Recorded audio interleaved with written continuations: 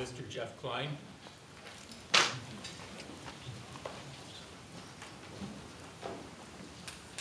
I had a question tonight. My question, the first question will be, is what is happening to our schools in America?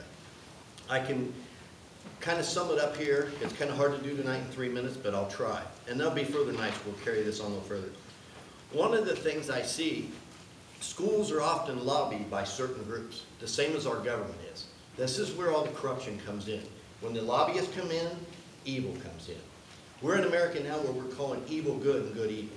We have really got this thing all backwards. We heard tonight, I've heard some great teachers are retired here. There's some of the teachers I know, some of their kids I've coached, and there is a great heritage here. I do believe that in Mount Vernon. I think this has been a great school.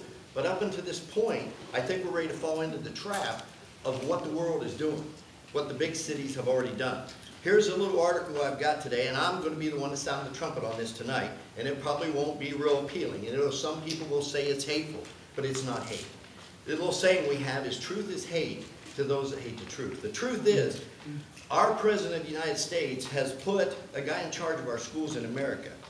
The guy out of, I can't remember his name, out of Illinois, had one of the worst school districts in America. Barack just appointed him in charge of our school districts in America. He just appointed Kevin Jennings. Kevin Jennings, the title is here, Gay Activist to Oversee Public Classroom Safety. We are putting people in charge because it's all about tolerance and diversity and, you know, being nicer than Jesus. Jesus would not tolerate this today of what we're doing to our kids in our school. This corruption is evil. This guy is open homosexual. It says right in his letter here on WorldNet Daily. If anybody wants to look some of these things up, go to WorldNet Daily. There's story after story after story after story after story of stuff like this going on. He believes that it's okay for teens to have sex with adults. And on and on and on. I won't go into all that. I have got article after article of school board breaking federal law with Gay Day.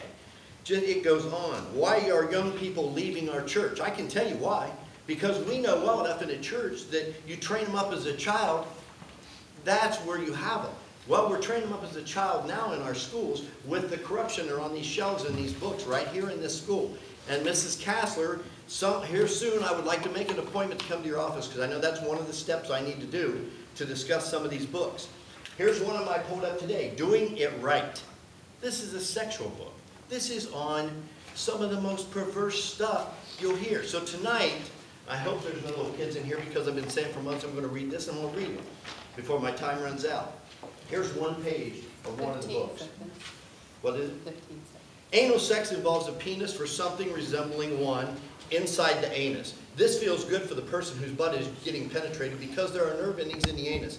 And it feels pleasurable to have them stimulated. If you don't believe me, the next time you poop, think about it. It kind of feels good. These are some of the books on sexual stuff in here, and they've got a lot of homosexual agenda. So that's something I wanted to bring up tonight, that we are not going away. I'm going to further this agenda with the books in these schools and the ties that we have with the homosexual agenda right here in this community right now, and I'll expose it at the next meeting. Thank you.